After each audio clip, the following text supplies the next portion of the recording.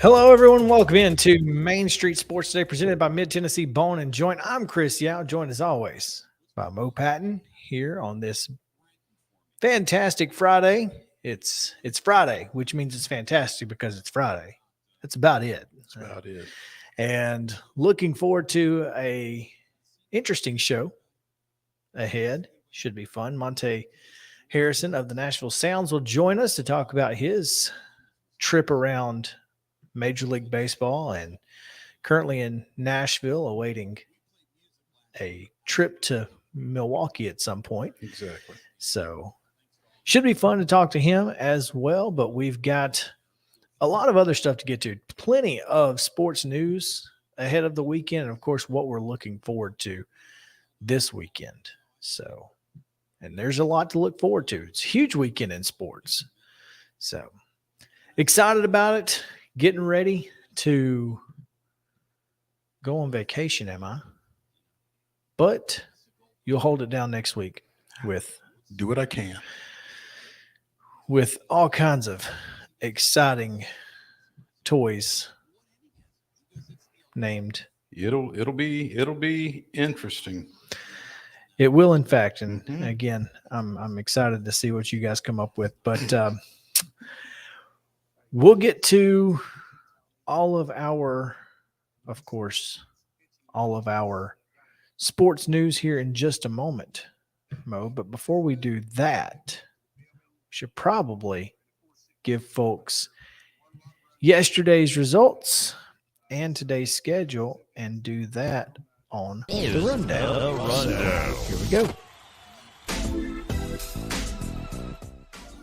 The Friday Rundown is brought to you by Chip Walters of Exit Realty, Bob Lamb and Associates. The voice of the Blue Raiders also wants to be your trusted advisor in real estate. Contact Chip at 615-542-1915 or through his website at choosechip.net. Chip Walters, proud to support youth sports across Middle Tennessee.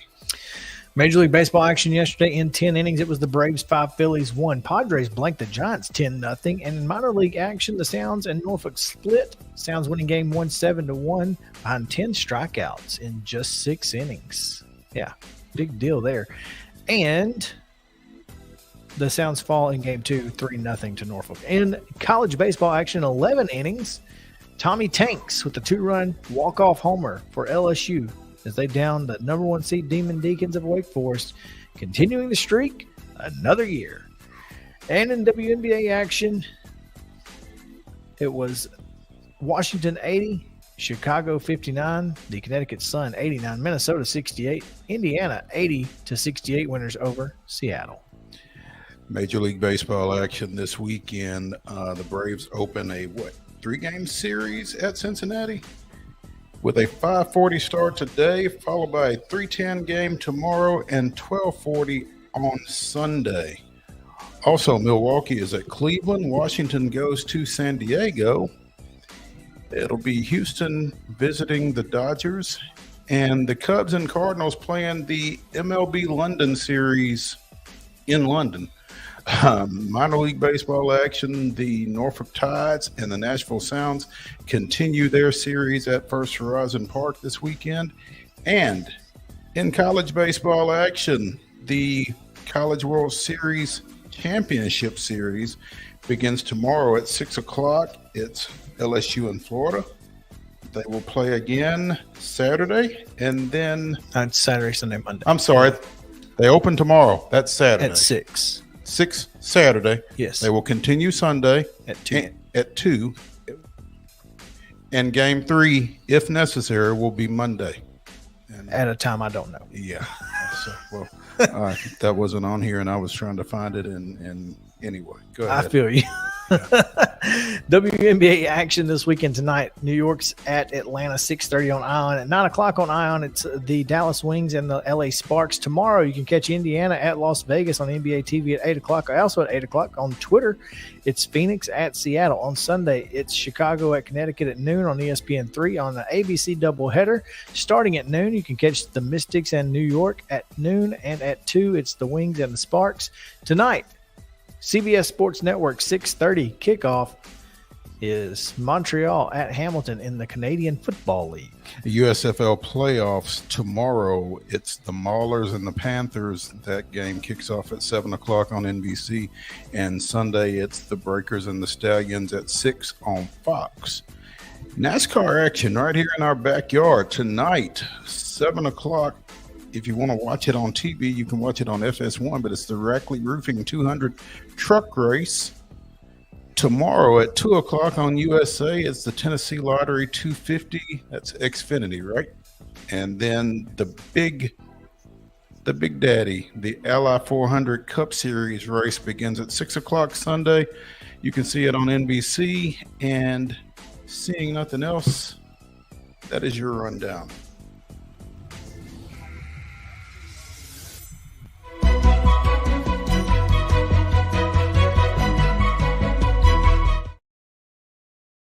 Top story is brought to you by our friends at Piggly Wiggly over in Neely's Mill Shopping Center. So make sure to go see them in Columbia and get some of their hand-cut meats or fresh deli. Today's top story, Mo, comes to us from the association. Last night, the long draft as a little before 1 a.m. last night, the NBA draft ended. It's 1 a.m. Eastern. Right. Yeah. Yes. 1 a.m. Eastern, where they were 1 a.m. local to them. And that's a little ridiculous, but that's neither here nor there. That's not what we want to talk about. The NBA had a pretty good night outside of the length of time. A lot of folks talking about it. Not much else going on a Thursday night because most of MLB was off. Obviously, College World Series was on, but that was just about it. And the Grizzlies get a couple of second-round picks. Wembanyama goes first. Brandon Miller, as expected, second to the Charlotte Hornets. Yeah, the Grizzlies, looks like the Grizzlies took Houston's Marcus Sasser at 25 and then traded him to Detroit. And not exactly sure what the rest of that was. In the second round, they took Gregory Jackson II out of South Carolina. And they also took, at number 56, Tariq Biberovich, Biberovich.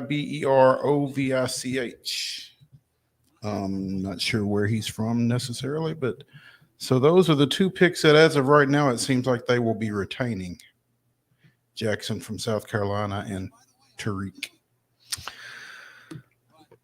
I mean, most folks in the NBA world say that the Grizzlies, I mean, outside of not having a number one pick, had a pretty good draft. Draft graded a B by ESPN. And if all you get is 2 second-round picks and you get a B, that seems solid. It seems so. I mean, and hopefully they're not grading on the curb, but yeah, I mean that's to get a B out of those two kids. I'm not obviously not familiar with either of them, so I couldn't. Well, couldn't Tariq and wouldn't. Baberovich played off the bench last year for a EuroLeague team, so didn't even start for them. And at age 22, doesn't seem likely to develop into an NBA contributor. So I'm not sure how you get a B grade with a guy that I guess the only one they expect you to keep is Gregory Jackson II, again, out of South Carolina. So it was interesting, following Twitter throughout and after the draft.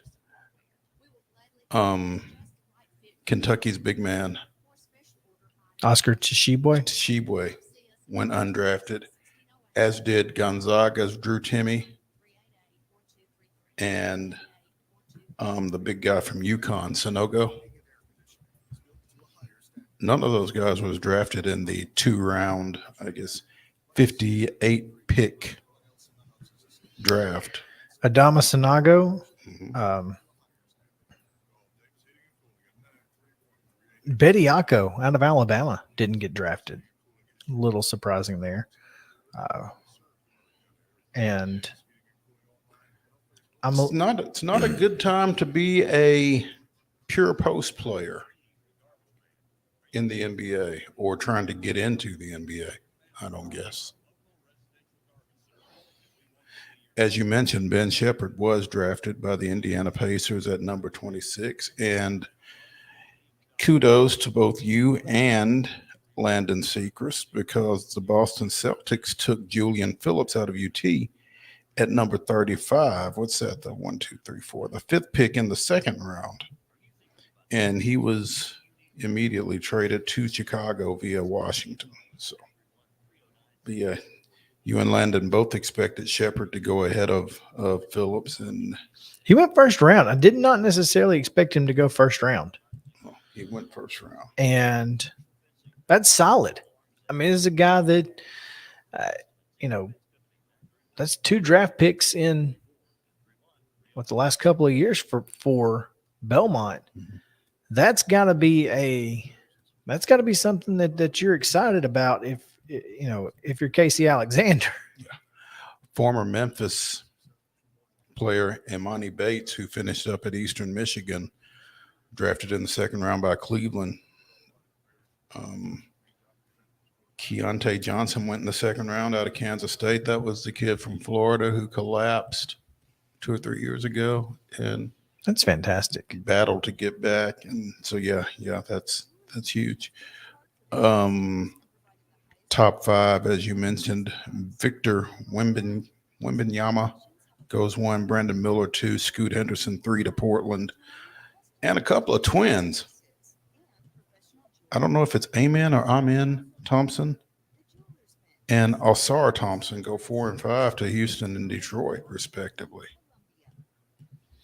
I don't know how often you've seen twins go very rare. back to back. That's pretty wild. That may be the first time ever. Yeah. So, I mean, the NBA is not my forte, but I always do enjoy the draft because I recognize names. Well, you typically recognize names. I'm getting to the point where I recognize fewer and fewer names. I mean, there were three SEC guys that went in the top 10. Brandon Miller to Charlotte at number 2. Anthony Black at 6 to the Orlando Magic from Arkansas, and Kentucky's Kaysen Walker at 10 was taken by Dallas and then traded to Oklahoma City. So, I mean, I don't recognize nearly as many names as I have. And I mean, I keep up with college basketball a little bit, but we're not seeing as many college basketball guys either. I mean, again, Yeah. Wembanyama played in the, I guess that The was the Euro G League? League. Was it the Euro League? I think it's the Euro League. Henderson is out of the G League. A couple of kids from Overtime Elite, the Thompson twins. Bilal Koulibaly was a teammate of Wembanyama. Um, it's wild the direction that this thing is going in. And again, it doesn't pay to be a big guy. And here's the thing, and the reason it's so wild is because it's not as many college kids, and I wonder how much of an impact that. Say what you want to about him, but big baller brand. I mean, LaMelo Ball was kind of the first one to not take the college route and played a little professional ball, for 2 years before being to be or 1 year to be eligible for the draft. So you may see more of this. I don't know. With NIL, I mean, maybe that's one way to get around it. I'm just not sure. 7 second rounders did not come out of college programs. Plus the folks that we mentioned at the top of the first round, 1, 2, 3, 4, 5. So 12 picks out of your 58, I think, came from someplace other than colleges. That seems like a lot. It's 20%. That seems like a 12 of 58. lot. I mean, yeah. I don't know what it means. So I don't know what it means either long term, but we'll get into something a little bit later that kind of correlates, and that's NCAA and the NIL situation and a potential Power 5 breakoff and those sorts of things. So we'll talk a little bit about what the future looks like for NCAA basketball particularly. Before we take our first break, Mo, just want to mention this. Tommy Tanks, we said it in the rundown, sends LSU to the College World Series Finals with an 11th inning 2-run homer.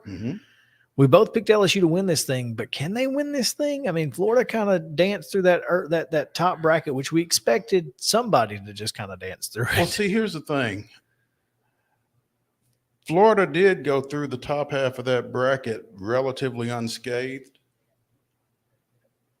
And I don't know. I mean, I think every game they won was by 1 run, maybe. But, I mean, have they been pushed? I don't know, but they got pitching. They do have pitching. I think that's the big key for me. And okay, so they play tomorrow, Sunday, Monday. Skeens through. Maybe. Well, I mean, no. Maybe do you see Skeens? That's what I'm trying to figure out. Do you see Skeens? It would be hard. I don't know how. I was involved with something else last night. I didn't get to really get into the game until about the 9th inning. Didn't realize they were that deep in the game when I started listening, to be honest, because it's like it started at 6 o'clock. It was like 8:30, and they were into the 9th. Well, 0-0 will do that to you. Yeah, I guess so. But, I mean, I don't know how deep Skeens went last night. I don't know what he's got left, if anything. I don't even know if you could bring him back Monday. Let's take a look at the box score. He threw 120 pitches. There's no way. He's done. There's no way. He's done. I cannot imagine him throwing another pitch in Omaha. Hurd threw 47. That's going to be a struggle too. He might throw again Sunday. Yeah. Man, limited. That's tough. Yeah, but you couldn't. Yeah, I mean, Louder was going pitch for pitch with him, so there was no way to get around it. You couldn't You couldn't take him out. You couldn't take him out. And so, and I mean, you have to get to the championship series before you have a chance to win it. That's right. Yeah. So, anyway, let's take our first break of the day, Mo. When we come back, we will talk with Nashville Sounds outfielder Monte Harrison here on Main Street Sports Today, presented by Mid-Tennessee Bone and Joint. So you guys stick around. We'll be right back after this.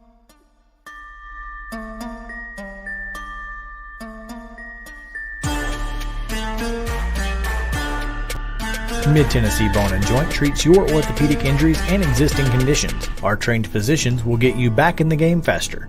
Contact us at 931-381-2663 or www.mtbj.net.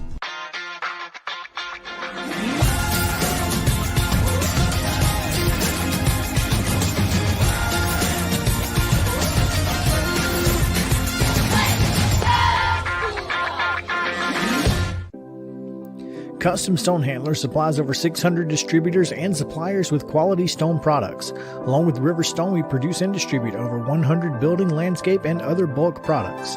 Our goal is to provide quality products, service, and partnerships to ensure our customers' success. We firmly believe that the measure of any person or company is how they treat other people and customers. Give them a call at 931-490-4990 or visit CustomStonehandlers.com. With Lee Company technology, the best handymen are hands-off. Lee Company techs have been using visual findings and other smart technology tools for years to add transparency and virtually take customers along. You see what we see, whether we're in a crawl space or on a roof. With Lee Company, technology helps us help you, no matter what's happening in the world or at your house. You can't see the sights without the sounds. From the crack of the bat to the roar of the crowd and everything in between, discover what Hit City has to offer. Spend your nights cheering on the Nashville Sounds at First Horizon Park with giveaways, fireworks shows, theme weekends, and more. Single game tickets are on sale now. Visit NashvilleSounds.com to claim your seat today. Piggly Wiggly, located in Neely's Mill Shopping Center, is Columbia's locally owned and operated Cost Plus 10 grocery store dedicated to serving the community with low prices and smiling faces. Piggly Wiggly offers fresh, hand-cut meats daily as well as daily hot plate lunches from their deli counter. You're certain to see smiling faces and a helping hand when you're here at Piggly Wiggly. Come by and check out our fresh produce, high-quality meats, and more. Down home, down the street, we'll see you at the Pig. Mid-Tennessee Bone and Joint has been the official sports medicine provider for Murray County Schools for more than 40 years.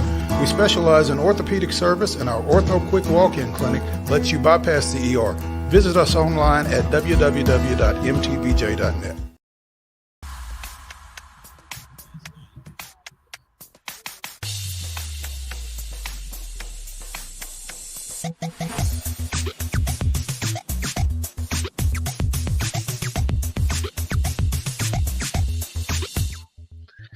Welcome back in Main Street Sports Today, presented by Mid-Tennessee Bone and Joint. Mo, Pat, and Chris out on this Friday, and we are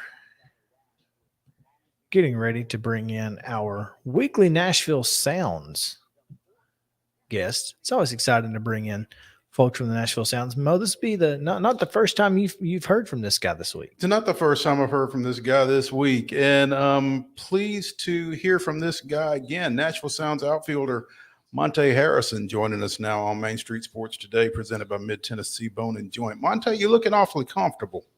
Yeah, but maybe a little bit too comfortable. But no, you're fine, man. We appreciate my proper stance or how to do a Zoom interview, but I appreciate you guys having me on. Well, we appreciate you taking some time. Know you got a ball game here in a few hours, but Monte was part of a panel discussion for the 9 on Wednesday afternoon, which is a initiative taking place across minor league baseball to try to, and I'm paraphrasing here, but expose baseball in more underserved communities, I guess, the more of the minority communities across minor league baseball. And Monte spoke about his experiences in baseball, as did Harriet Kimbrough Hamilton, Skip Nipper, and David Ewing. The latter two a pair of Nashville historians. Skip Nipper is the preeminent baseball historian in this town, and does a great job. But Monte, you said a couple of things that really kind of resonated with me as that panel discussion took place. And one of the things, back in Missouri, played his high school ball, his high school athletics at Lee Summit in Missouri, and was a three-sport athlete, as often happens. Um, Chose baseball because basically it was the hardest, was kind of what you left there, Monte. And I'm going to ask you to kind of expound on that, because in life, most people run from hard. It seems that you kind of made a conscious decision to run too hard. Kind of take us through that. Yeah. Um, it's very easy in life to be able to do the easy things. You know what I mean? That's just what people know. It's easy to fall back into bad habits. It's easy to do things or say things that are easy, but it takes a real, true, genuine man to be able to step on and do something that he's not comfortable with, something he's never done before, truly at a professional level, or really any level. Like even in high school, like I mean, I played baseball and stuff like that, but it wasn't nearly as much as football or basketball. So um, just the thought process is going into that, thinking being from Kansas City and the Negro Leagues, there was always like this big calling on my life to be able to play baseball. And it wasn't from anybody else. Like that's the crazy thing about it. But as I start to get older, the other sports, like I said at the panel, like I would go to football. You only play football one game a week. So you practicing 5-6 times a week and you get tired of it. Like I didn't like practicing football. So you have to show up every day and just play baseball. But I was like, I mean, there's failure to it, but at the exact same time, it's just one of those things where I really thought about just the growth of the man instead of the baseball player. And that's really what I thought about. One of the things I thought about in choosing three sports. And ultimately, at the end of the day, I was like, man, I want to be a better man, because I know this ball's going to stop rolling at the end of the day, whether it's football, basketball, baseball. It's going to start rolling. And who I'm going to be at 40 years old, what is my name going to be? Who am I going to present myself as? And who do I want to be? So that's really what I came up with at the end of the day. Drafted in the second round of the 2014 draft by the Brewers, since spent time with the Marlins and with the Angels, making major league appearances with both those, major league debut with the Marlins in 2020. Back in the Brewers organization this year with the Sounds. As you consider the decision that you made in 2014 to pursue a professional baseball career, you know, having other opportunities to do other things in other sports, do you ever look back and, I don't say regret necessarily, but do you think of where you might have been had you pursued one of those other options?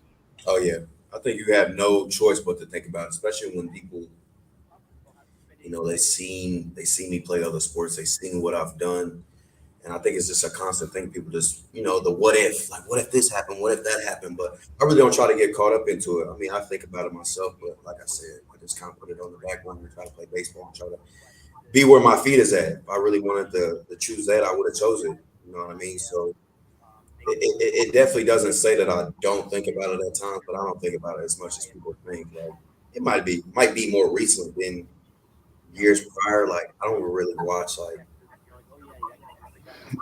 You know, football. Well, only thing I watch basketball just because of my brother, and football just because like my little brother that he went to the same high school with me. He played football. And he played for the Eagles too. So it's like people. So, but the desire to play, I really can't really comment on that. um, the elephant in the room, Monte, as you come up as an African American youngster in this day and time, and it was touched on a little bit Wednesday, participation numbers at the major league level are dwindling. They were as high as 18%. They've dropped off maybe 10% Yeah. since it peaked. And that's kind of being reflected, in the amateur leagues in high school. And it's starting to go back up, I think, but it's not where it was. And when you were making that decision, not seeing people that look like you has got to be something that you've dealt with a lot over the course of your career, going back to youth baseball. Oh yeah, 100%.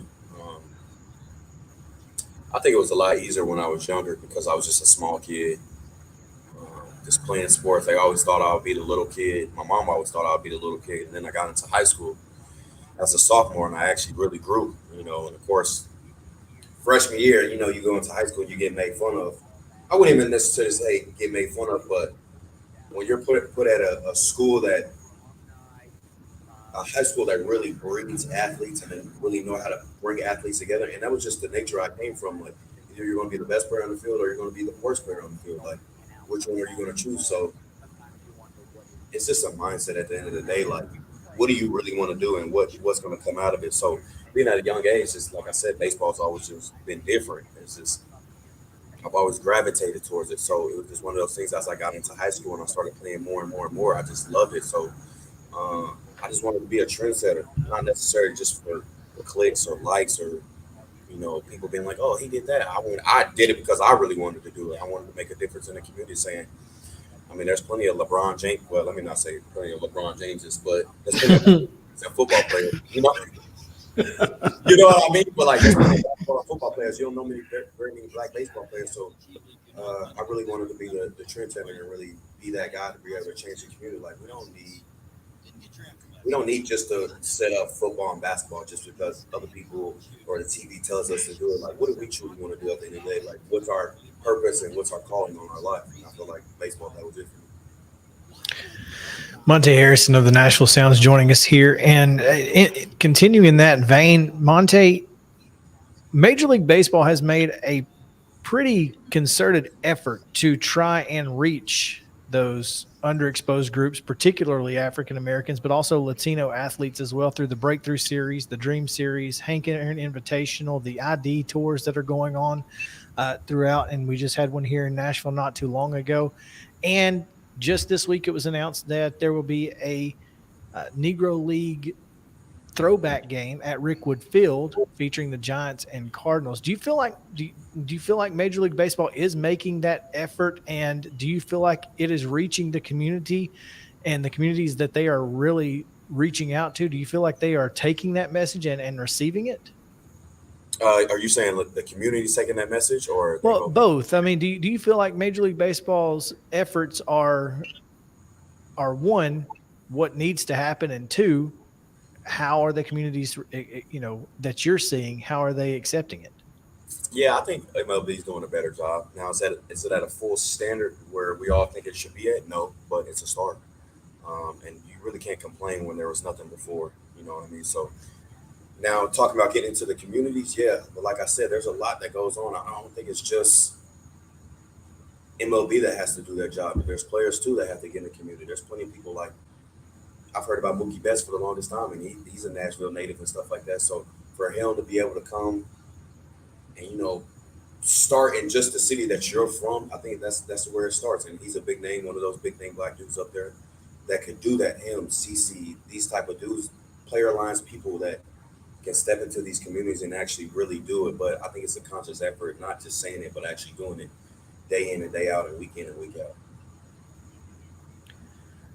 Now, as far as your career has been concerned, you've played for a couple of different big league clubs, and obviously you were drafted by the Brewers, but then traded for Christian Yelich, spent some time in Miami through that trade, but found your way back to the Brewers. And obviously the Brewers are trying to win a division and more at the big league level. How do you feel like you can play into that potentially in through what you're doing in Nashville and potentially finding your way back to Milwaukee? Continue to just be Monte. Continue just to grow. You know what I mean? A lot of people get caught up in the baseball and what happens on the field, but I think this time of my life, God's not really calling me to really worry about the baseball. It's a lot of off the field stuff, a lot of mentally preparing yourself and yielding at his will, you know what I mean? And there's a lot of things that happened in my life, previous organizations that I would try to handle on my own, and now I'm at a time period where it's not really like that. So whatever happens on the field, it happens on the field. But at the end of the day, it's more just about peace and joy and knowing that that happiness is sane more than anything. Instead of playing a sport and you're not happy, that's the main thing I would tell kids nowadays. Like, it's not all about the money. It's not all about the game. Because as soon as this stuff stops rolling, like, it doesn't matter. And what you have after that, you got your friends, you got your family, they got the people closest to you that's really going to be able to be there for you and take care of you. Like, the whole, I get it, social media and all that stuff nowadays makes it seem like people love you, but they really don't at the end of the day, because we have to live in real life. I don't live through my phone. Monte Harrison, outfielder from the Nashville Sounds, joining us here on Main Street Sports today, presented by Mid Tennessee Bone and Joint. Monte, you know, last 2 or 3 nights notwithstanding, the Sounds have had a lot of success this season. Dropped a couple here early in this series to Norfolk, but what do you like about this team right now and the way you guys are going? Just our grit. We got a lot of dudes on the team that got talent, but at the end of the day, I think mentally and how we prepare ourselves to put ourselves in positions to win, not only necessarily win, but just the way we play the game. You play the game hard, night in and night out, more times than not, the game's going to be in your favor. So that's really what I see from guys. Like, what are we learning? Like, from game one to what is it, probably game 75 or something like that. How are we consistently getting better, not just with our at bats, but just our mental approach to everything? But I'm really proud of a lot of the guys, because we've had a lot of movement, you know what I mean? Which is what I'm used to. There's a lot of guys going up and down, going to double A and the big league. So that's why I just tell dudes, like, mentally keep yourself in a position where you can be ready, you can be locked in. The Nashville Sounds continue their series tonight against Norfolk. 6:35 start. Chris's favorite thing. There's fireworks, post-game fireworks. Yeah. 6:35 start on Saturday, where there will be a celebration of the franchise's 45th season and some activities going on regarding the 9 as well, and then wrapping up the series with a 2:05 start on Sunday Family Fun Day, where members of Main Street Media will be on hand, and again continuing to celebrate the 45th season and the 9 as well. So get on out to First Horizon Park if you get a chance this weekend. Weather should be pretty nice. Get a chance to see Monte, our guest here, and Monte, we appreciate you taking some time with us this afternoon. Thank you, man. I really appreciate you guys. Oh yeah.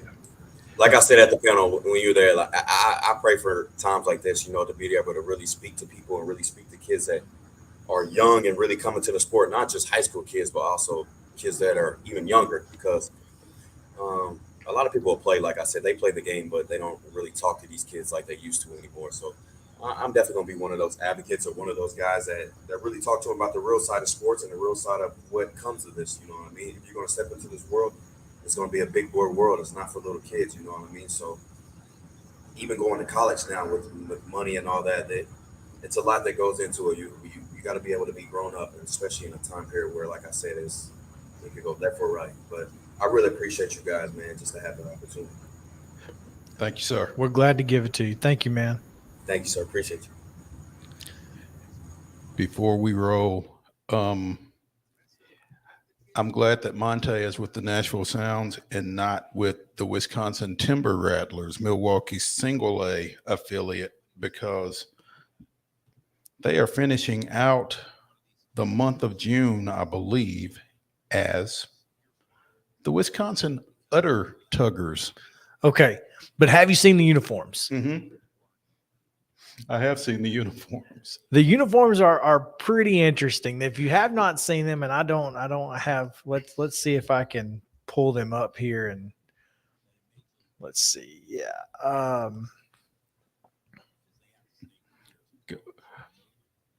Here, hang on. Let me tag you in this real quick. So they've got they kind of look like cows a little bit. Kinda. I mean, it's got it's just that's a pretty. They kind of the uniforms kind of look like overalls. The ones I'm looking at. So there is one that does look like overalls. I think that's their away uniforms. And then they also have these, which, big udder tuggers across the chest there. I mean, just saying it with your full chest. Yep. And Literally. The bill of the cap with that cow print too. Mhm. It's very interesting. But yes, the overall ones, and I wish I could find. I just. You shared it with me. Mhm. Well, let's see if I can get over here to find it, because the overall uniforms, the ones that I saw, did look pretty unique in some. I mean, if that's how you want to call it. Mhm. Let's see here. Let's share this out, because you guys, if you have not seen it, you definitely need to. And here we go. There it is. They look like overalls. And they say udder tuggers with their full chest still. So They will be wearing these for the remainder of their Midwest League series this weekend against Lansing, the Lansing Lugnuts. the Lansing, well, and I like the Lansing Lugnuts is a good name, by the way. Mm-hmm. I'm a fan of that. But anyway, so yeah, I was gonna say that I thought just then that Monte said a little more eloquently than someone else, take care of your mentals and your chickens. And he was a little more eloquent in saying it, but that's really what he was trying to say there at the end. And I wanted to point that out, that thanks to Monte for being a little more direct with that.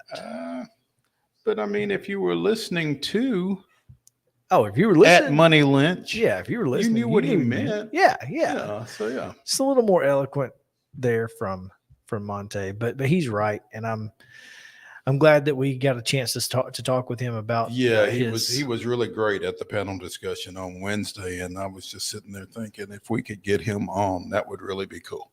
So we did. Glad we did, and we will be back with more. Talk a little Braves and other baseball on Main Street Sports Day, presented by Mid Tennessee Bone and Joint. You guys stick around.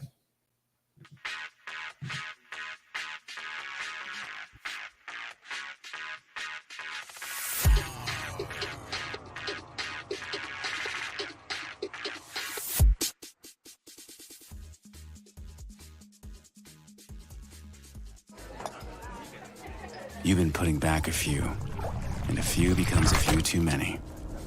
For a moment, you think about calling for a ride. Nah, you live nearby.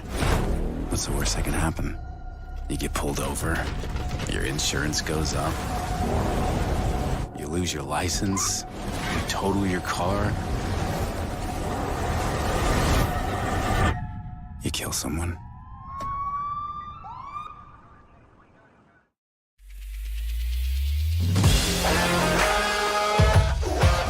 Hockey in Music City just hits different. It's one big honky-tonk party. It's the sea of gold in the crowd, the goals, the saves, the celebrations.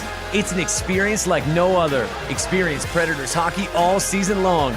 Visit NashvillePredators.com/season tickets and join the Loyal Legion today. That's NashvillePredators.com/tickets, and we'll see you at Bridgestone Arena.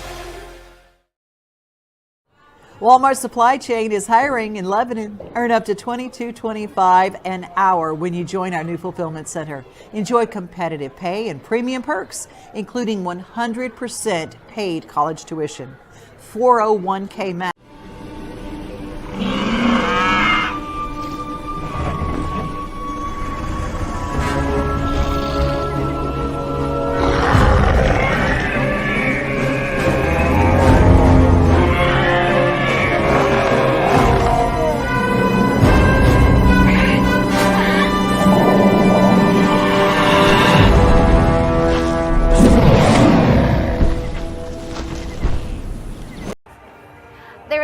better than drinking an ice-cold beverage while taking in a Nashville Sounds baseball game. Hi, I'm Stephanie Miller with Mornings on Main Street. The Nashville Sounds and Main Street Media Television have teamed up to promote Sunday Family Fun Day here at First Horizon Park each Sunday home game. Just go to your favorite Main Street Media website and click on Sounds Main Street Media Day banner to register to win free tickets. And then we'll see you here at the ballpark. Music City will be rocking June 23rd through the 25th with a different sound, the sound of NASCAR. The Ally 400 is back at Nashville Superspeedway, and this year, it's a night race. NASCAR in Nashville. It's guitars and fast cars under the lights. Visit NashvilleSuperspeedway.com to get your tickets today for the triple header weekend.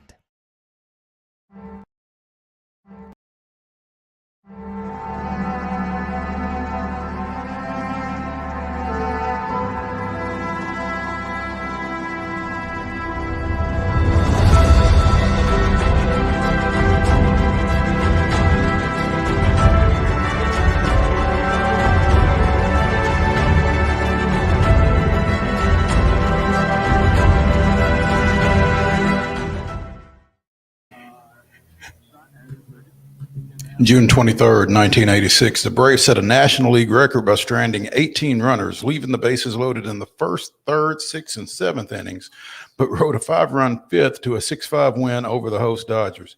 Ted Simmons' single in the top of the eighth scored Ken Oberkfell with the game winner as Jeff Dedman and Gene Garber put up 4 2/3 scoreless relief innings to nail down the victory. That was this day in Braves history. This day in Braves history. Yeah, and it's still available if someone would like to sponsor it. Just saying. If you're a Braves fan, we'd love to have you. Yeah, you know who's not Braves fans? Philadelphia. Philadelphia's radio crew. Particularly. And you know who they're particularly not fans of? Marcell Ozuna and Ron Washington. For those of you who haven't seen it. Crank it up.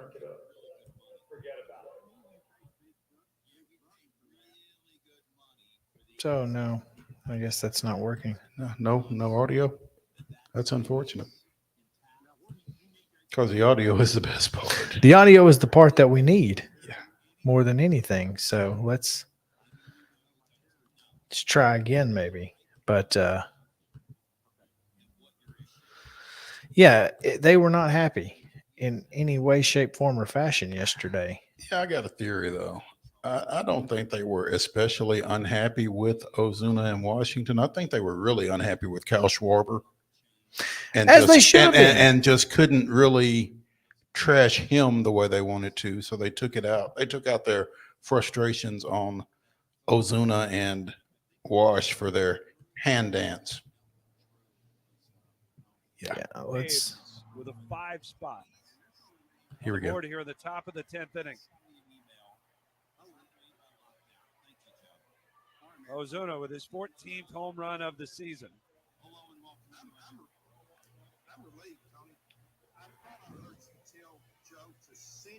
What's that? They're going to stop in the middle of the third baseline and do a hand. Just now steps on a home plate.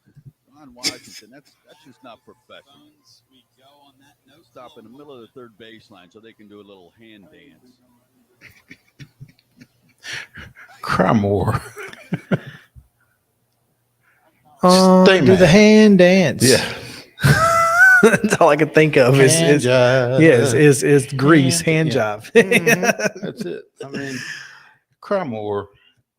They just got swept. They had won 6 straight, 8 straight coming into that series. 6 straight. I think both they and the Braves have won 6 in a row. Whatever it was, it stopped. Mm-hmm. The red hot Phillies, and we said that. We said the Phillies are red hot. And how are the Braves going to respond? Well, now you know. Now we know. 2 wins in 2 games. Yeah, with a rain out in between, and I'm sure that the Phillies will tell you that they would have won that game if it had been played. Oh, I'm sure. Yeah, because they were gonna face Shawver Smith Shawver instead of Bryce Elder. Yeah, fell 4-2 on Tuesday, the Phillies did, and 5-1 yesterday with a 5-run 10th. A 5-run 10th. That's funny That to really me. should have been a 1-run 10th. Mm-hmm. I mean, Yeah, if Schwarber catches that ball in left, was that for the third out? It would have been the third out. There were 2 outs. Instead, they score 2 on that, and then Ozuna drives in. Dos Mas. So Ozuna from the Braves. Ozuna with the Braves. Yeah, was it with or from? I think it's from the Braves. Ozuna from the Braves. He is, in fact. Ronald Acuna tallied 3 million votes in All-Star voting. Shohei Ohtani had 2.6 million, and those two will automatically be voted All-Star starters. Catcher Sean Murphy, Orlando Arcia, and shortstop also led their positions, while Matt Olson, Ozzie Albies, Austin Riley, and Michael Harris II will move to the second phase of voting. And here's what's key about that. All the voting resets at 0. So Matt Olson doesn't have to make up a long stagger to get in ahead of Freddie Freeman. Or now we said Murphy and Arcia lead. Yeah, they led. Okay. So but they still have to get voted in. Who is Raleigh behind? Arenado? Arenado only. Okay. All right. It's just the top 2, I think, Correct. except in the outfield where it's Mookie Betts, Corbin Carroll, and who's the third one? Gurriel. Lourdes Gurriel Jr. Where is he? Miami? Arizona. Oh, so there's 2 Arizona guys. Wow. Good for them. Yeah. They've been playing well enough to deserve that. Second best record in the National League. Yeah. JD Martinez and Bryce Harper, the DH options. Okay. All right. So again, vote early and vote often. Starts Monday, right? It does. So you can. So the Braves could get as many as 6 guys voted into the All-Star game, and that's not to mention the possibilities of Strider, Elder, Chavez from their pitchers. Yeah. I mean, it's a little insane. It is insane that the entire defensive field could be, well, not just the infield, but all but left field could potentially, you could literally play the Braves as the American League All-Stars if you had the pitcher. Nationally. You could play against the American League. That's what I mean. The Braves could play the American League All-Stars for an inning. Wouldn't that be something? That'd be wild. And wacky. I don't think it will happen because Rob Thompson, I guess, will be managing the team. Yeah, and I guess he would pick the pitcher. Well, not only that, he's not going to put 8 Braves on the field at one time. Well, if they all get voted as starters, he has to. That's what I'm saying. You could have 7 Braves in the field, and the only spot would be left field and pitcher. You could literally play the Braves. That is insane to me. That's pretty crazy. I don't know that has happened necessarily. Here's the weirdest part. Outside of Austin Riley, everybody kind of deserves to be there. I don't know that Riley really deserves to be top 2. I don't know that he doesn't. I mean, Arenado and who? Who's the third? Right. Yeah. Who else? It's Arenado. That's who deserves to be the starter. But I don't think there's any question there. But then who? Yeah. I mean, Riley's just as deserving of this particular spot as anyone else in the league. Mm-hmm. So I just thought that was interesting. Like, it's not like that we're just voting them in and it's, the 87 Braves. Yeah. It's not just ballot box stuffing. I mean, they are genuinely guys that deserve that consideration. Yeah. They're all-star caliber guys. So I just thought that was wild. Absolutely. Could you imagine this one? Hey, Braves That's guys. One way to get me to watch the All-Star game. It'd just be nothing but Braves. That would be about the only way that I'm going to watch it. So anyway, outside of that, Braves face another red hot team, the Reds, and They've been as hot as anybody in baseball outside of the Braves. And I'll tell you this, I have a couple of Reds friends that I follow on Twitter, most of them from Kentucky, so it is what it is. But one particular guy has been posting updates to tonight's ticket sales, standing room only. The Great American Small Park will be packed. It'll be loud. Well, I mean, I think you have to look at Cincinnati over the last few years. They've not been terribly good. They've not been good since we put them out in 2020. All of a sudden, they are, and they're good, and they've got a good team coming in there. Right. No, they're super pumped. Yeah. And most Reds fans understand, hey, it's the Braves, and we know that we've played not great competition during this, but we got some momentum, so let's go with it. Measuring stick. And here's the thing. It's the Braves. So we don't know what's going to happen. We don't know what's going to happen. For Cincinnati, it's a win-win. It is. Because, I mean, even if they get drug, well, shoot, it's the Braves. Yeah. And the Braves never lose. Starting for Cincinnati, right-hander Luke Weaver, 1-2 with a 6.47 ERA, a 1.54 WHIP. Now going against him will be AJ Smith-Shawver. AJ Smith-Shawver, who has won his only decision and has a 2.03 ERA and no 9.8 WHIP. And with 11 strikeouts and 13 1/3. Yeah, Smith-Shawver, and again, this guy's young. He's not played much organized baseball in his life. Yeah, imagine when he figures some things out. Right? But Saturday, the Braves... It's so hard to believe because he's just 20 years old. Yeah, exactly. Francoeur dropped one of those the other night in the middle of the broadcast. Thought it was funny. Francoeur gets... I know he gets yelled at afterwards in postmortems all the time. Can't say that, Jeff. Why not? Let Jeff be Jeff. Yeah, but I mean, it's their name is on the field. You may not want to antagonize Truist too much. Yeah. So, but Saturday, it's the Braves have, Jared Schuster going, who, by the way, has been great in his last few starts, going against Graham Ashcraft, and then Lively and Morton on Sunday. And when Charlie Morton is the guy that you don't know what you're going to get out of him? Of those three, that's the one you're most worried about? That's a good day. And he wouldn't be the one I was most worried about, but given his last few starts, he has kind of earned that distinction.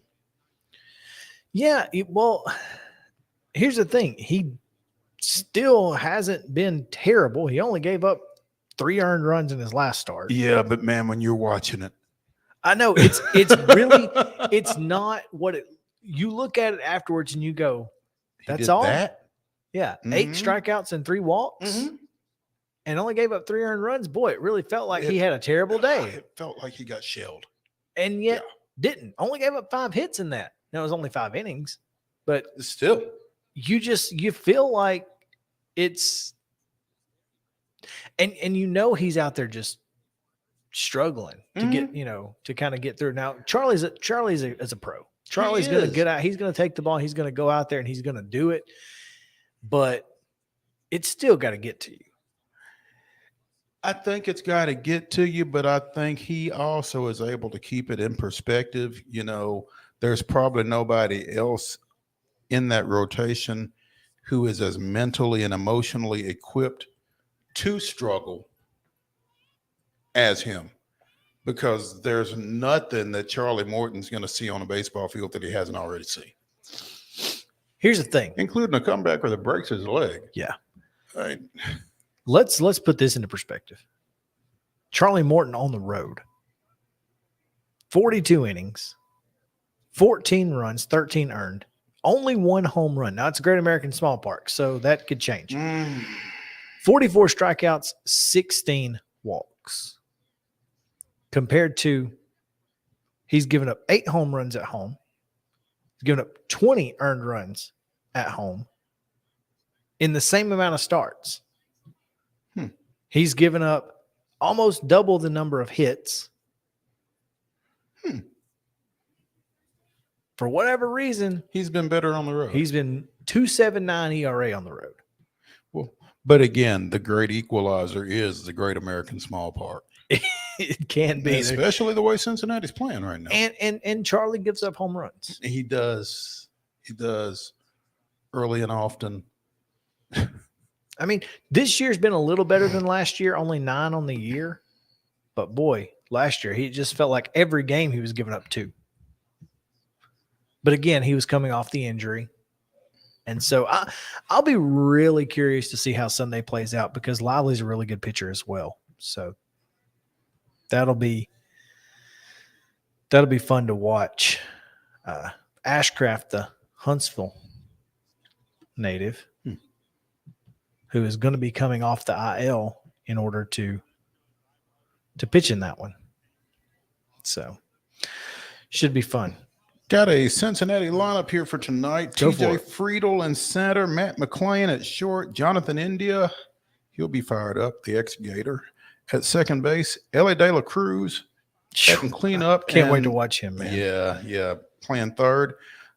Jack Fraley in right, Joey Votto batting 6th and playing first. Spencer Steer in left, Tyler Stevenson DHing, and Luke Mayo catching Luke Weaver. And I'm going to be totally honest with you. I know about 3 of those names. I was going to say who after like all of them. I know India, De La Cruz. And Votto. And Stevens. I'm familiar with Stevenson. I think he's from Georgia. I don't know if he was with the Braves, but I think I've heard them mention. He's from Atlanta. Okay, so there you go. Yeah, there you go. He is from Atlanta, matter of fact. So, but yeah, that's it. There was a time that if there was a baseball game on, I would watch it, and it didn't matter who it was. But I think I've gotten older and more selective with my time. And your viewing. Yeah, and if it's not the Braves, I don't care. That's probably not good as a sports person. When I was a kid, I loved watching the Cubs in the daytime, Braves at night. Because, I mean, the Cubs would be playing at like 1:30. And then you get home. I get home from school, and it's, 5th or 6th inning. So catch the last of that. Catch the end of the Cubs game on WGN. Get to the house after ball practice or something, and the Braves be in the 2nd or 3rd inning, and watch that till it was bedtime. And sometimes I didn't know who won till the next day, but that's okay. But that was kind of the way that, and that's why to this day I still root for the Cubs. I mean, it's just part of it. But yeah, now, I mean, there's just, and the difference now is there's a lot more options. I mean, I can literally watch anything I want to at any given time. And I don't have to watch to really keep up with other folks either. Braves line up Acuna, Albies, Riley, Olsen in the 4th spot, Ozuna DH and batting 5th, Darno, Rosario, Arcia, and MH2 behind AJ Smith-Shawver. So the Reds in their last 10 games, Mo. The Reds in their last 10 are 10-0 with a 2.57 batting average and a 3.62 ERA and have outscored opponents by 21 runs. They're 10-0. 10-0 with a 2.57 ERA.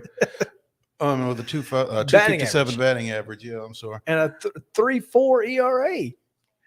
Do you have those numbers for the other team? For Atlanta? I do, in fact. In their last 10, they're going to be 8-2 with a 2.95 and a 3.46. Oh, okay. They've outscored opponents by 33 runs. Cincinnati, though, is a game and a half up on Milwaukee on their 11-game win streak. So the Brewers are really rooting for the Braves this weekend.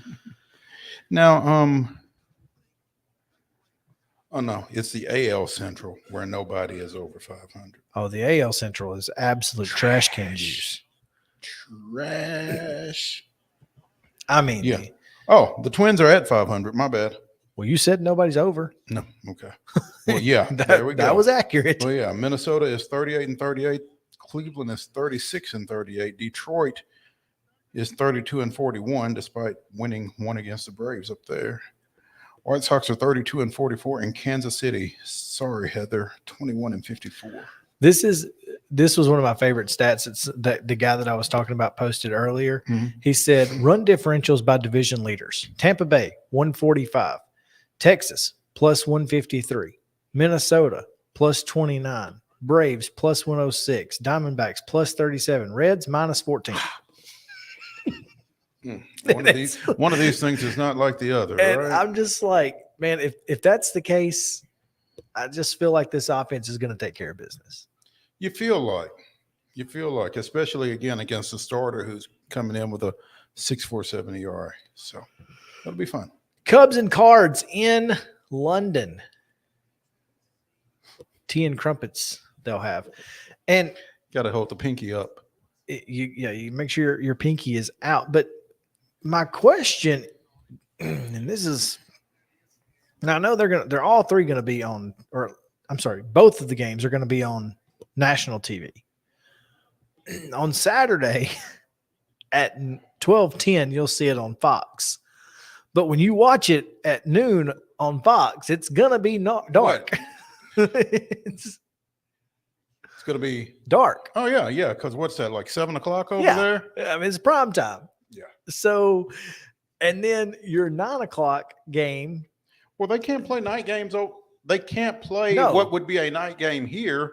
No. Over there. No. So yeah. So that's just how it works. So they'll play on ESPN at 9 a.m. on Sunday, and it'll be mid-afternoon in the evening as you're getting ready. So I just thought that was interesting.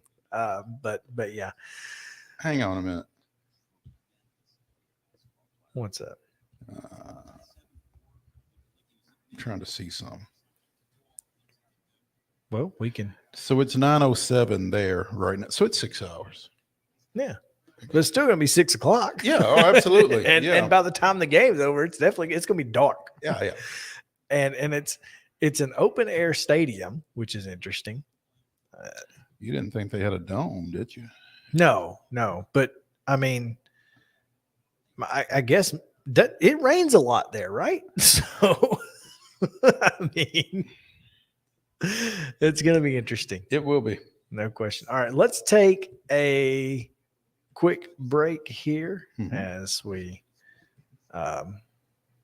get ready to talk a little NCAA, NIL, and what's coming up this weekend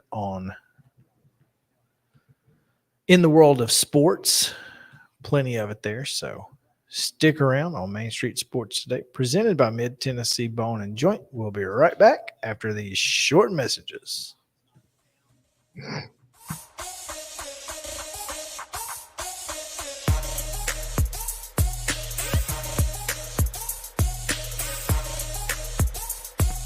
Mid-Tennessee Bone and Joint treats your orthopedic injuries and existing conditions. Our trained physicians will get you back in the game faster.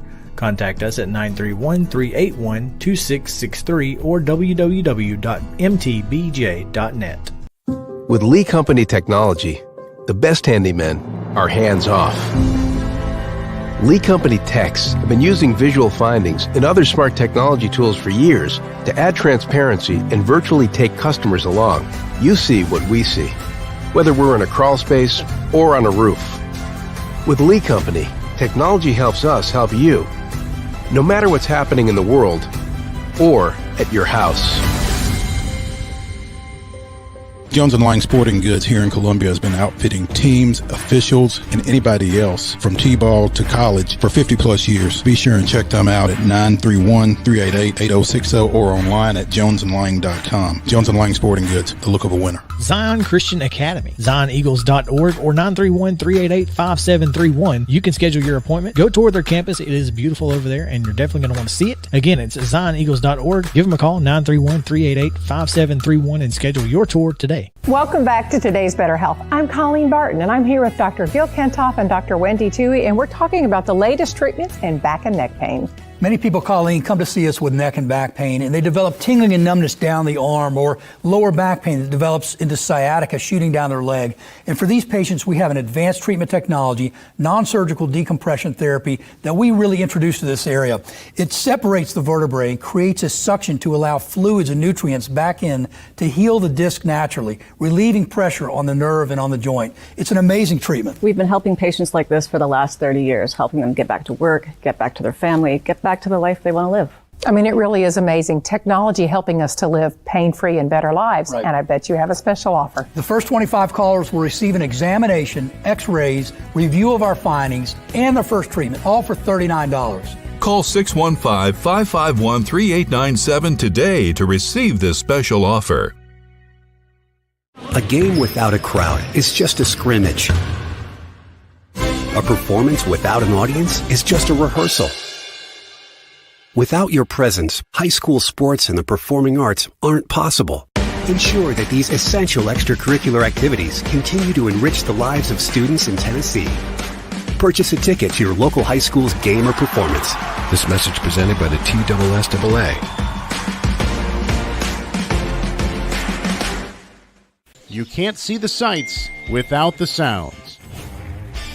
From the crack of the bat to the roar of the crowd and everything in between, discover what Hit City has to offer.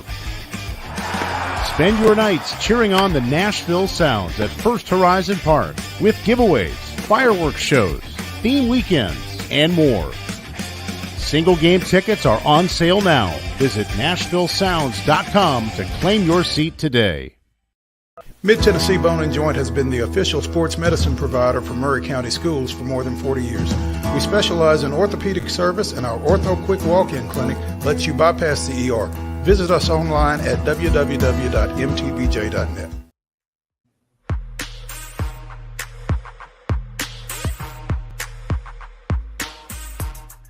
Welcome back in Main Street Sports today, presented by Mid-Tennessee Bone and Joint. Chris Yow and Mo Patton here with you on this Friday edition. Looking forward to telling you what's going to happen over the weekend, what we're looking most forward to in the world of sports. But first, Mo,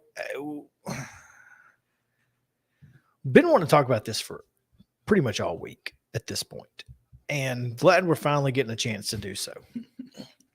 Sometimes it takes a while. Name, image, likeness, NIL. We've talked about it ad nauseum on this show. The NCAA. Ad nauseum. Yes. Yeah. The NCAA apparently feels like it needs some congressional oversight for whatever reason, because it's kind of like the officiant at the wedding venue that I'm at. When he officiates, he says, "These two came together and said, 'Baby, I love you so much, we got to get the government involved.'" And so, like, I don't understand the situation. There's for whatever reason, NIL is working or isn't working. I don't think that laws are going to help it either way. You're the NCAA. You already make your own rules. If you think there are rules that need to be followed, just make them. And make people follow them. I mean, I don't understand why this is a problem. And make people follow them. I think the problem is that I think the NCAA doesn't feel like people listen to them. Well, I wonder why. I can't imagine. Can't imagine. But I mean, I think they feel like they need their big brother behind them, you know. They need an enforcer. Mm-hmm. Yeah. Mm-hmm. Because they've not been a very good one. And so, and I mean, look. And it's unfortunate. Because I think, like you said, I don't know that bringing the government into this situation makes this situation any better. Or is necessary in any way. Because I think that's already a given. If you can make your own rules, you should be able to make your own rules. I just don't think this makes the situation better. No, because now you've got a bunch of people involved who have no clue what's going on. Almost none of them. Which, I mean, the NCAA already and it's one of doesn't have those a card. deals. It's kind of like youth baseball. Every dad thinks he can coach baseball because he grew up playing baseball, and so he knows baseball. Doesn't mean he can coach it. Exactly. Everybody's grown up watching sports, so they think they know sports, and they think they can govern sports. They can't. There's a difference between governing sports and having an opinion on what's best. Mm-hmm. And to me, this situation, and here's the good thing. The good thing is the NIL talks in Congress are breaking down. That's the positive here. It doesn't seem like they're actually going to do anything because, ironically, it seems they've got a little self-awareness in Congress, at least enough to know that this ain't ain't our farm and it ain't our pigs. We're going to stay in our lane and this ain't it. So yeah, good for them. And I guess, I mean, that's a positive here, but the question that is now out there is a Power 5 NCAA split now inevitable? That's the question. My response to that is, what Power 5? That's the first response. Yeah, because who is the AAC commissioner that's going to be outside beating on the door of that Power 5 meeting? Yeah, whatever his guy's name is. Yeah. I mean, yeah, and not just that, but I mean, is the Pac-12 a Power 5 conference anymore? Is it? I don't know. Depends who's on it. And we don't know that right now. Right. We don't know who's in it. And so, if it's inevitable, the problem is that it's a football-driven issue. Mm-hmm. And I really feel like it's a be careful what you wish for kind of thing. 100%. Because if the Power 5 splits off from everybody else, then what stops everybody else from saying, okay, we're not going to play you in anything? Yeah. That midweek baseball, we're not going to play you. That weekend in November before Alabama plays Auburn, we're not going to play you. So you're going to have to go and play 12 Power 5 opponents all of a sudden.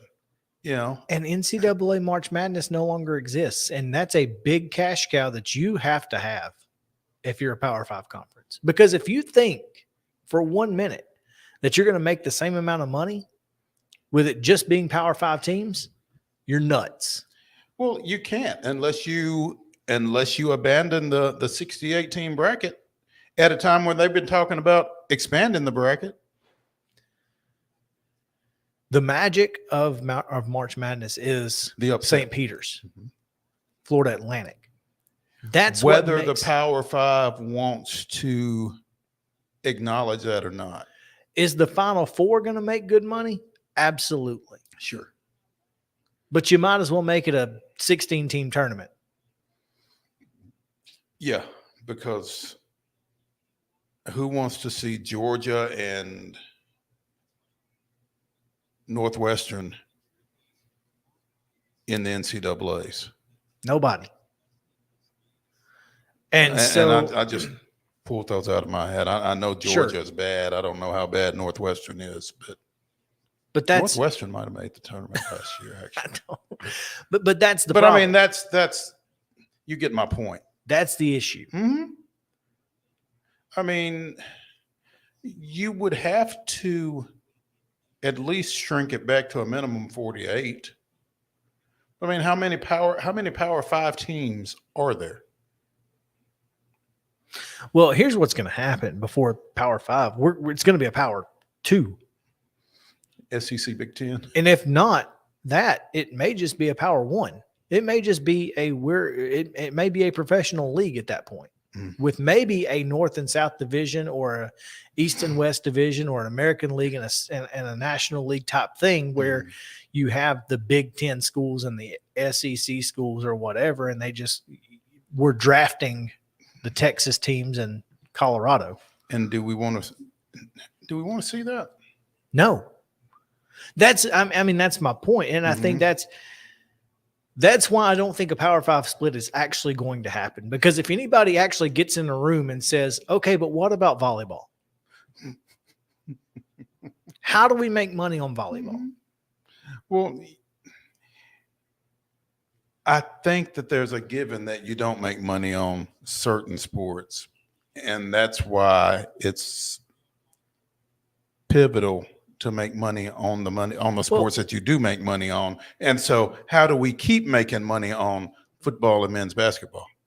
Well, I guess how do we not lose more money is really what I was asking. Yeah, and that's a fair question. How do we keep from how do we keep the losses at a minimum? Right. And I don't think you can. To me, the Power 5 has a little bit of negotiating power here. They've got a little bit of leverage because the NCAA can't exist with, well, I guess it could exist without them. I think the FCS / G5 conglomerate could actually be really fun. If they could get on the same page. If you could get the G5 and the FCS to kind of come together and make a football, I think you could have fun with that. But that's about it. I mean, basketball, I'm not going to watch. I mean, I'm going to watch Jacksonville State, but I'm not going to watch Long Beach and, Gonzaga. I'm not going to do it. I don't care if St. Mary's is playing Murray State. I don't care. And I don't care if it's in a tournament format or not, because I want to see Murray State play Tennessee. I want to see Murray State play Kentucky. I don't want to see Murray State playing St. Mary's. I can see that anytime. Yeah, right. So that's where they've got the bartering leverage right now. Is the NCAA tournament? They can't. But that's the thing is it kind of goes both ways. They can't have one without the other. And I think that's why it's going to kind of be a Cold War situation. It's a stalemate.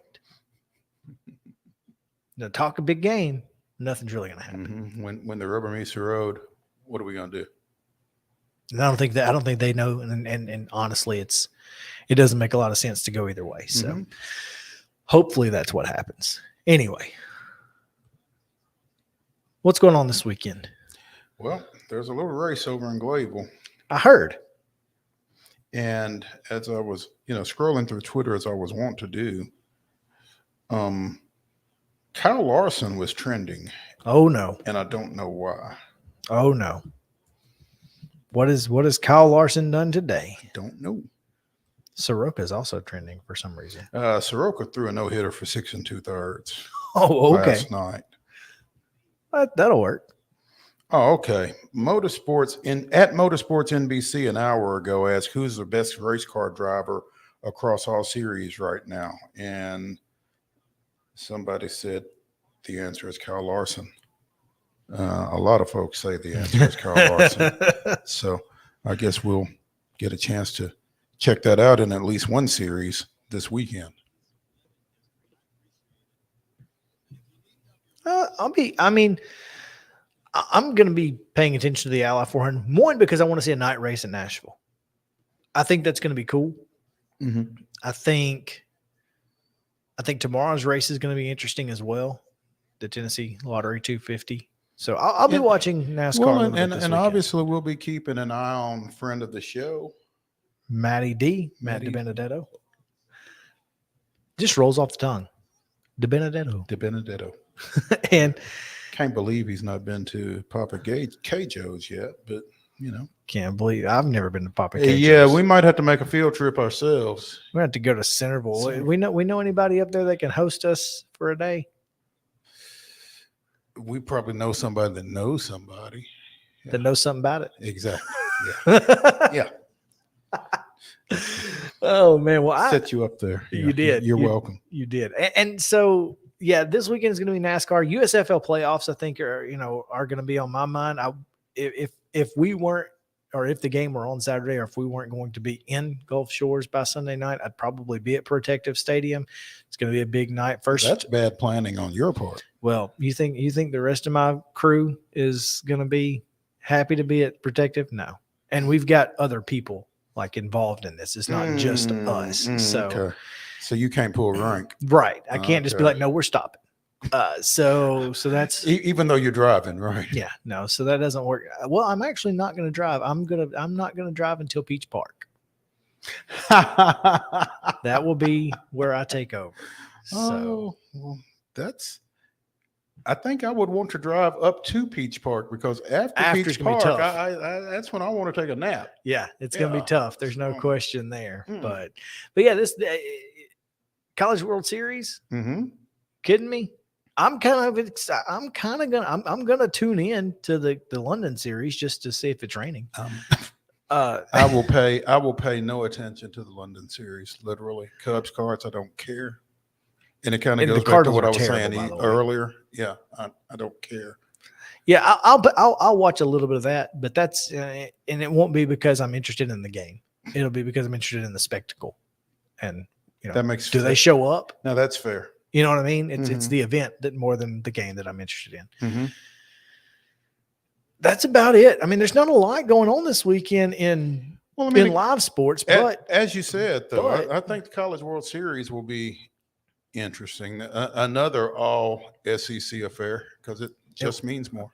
It will be the 9th SEC champion in the last 14 years and the 4th straight. Four different schools, which I mean,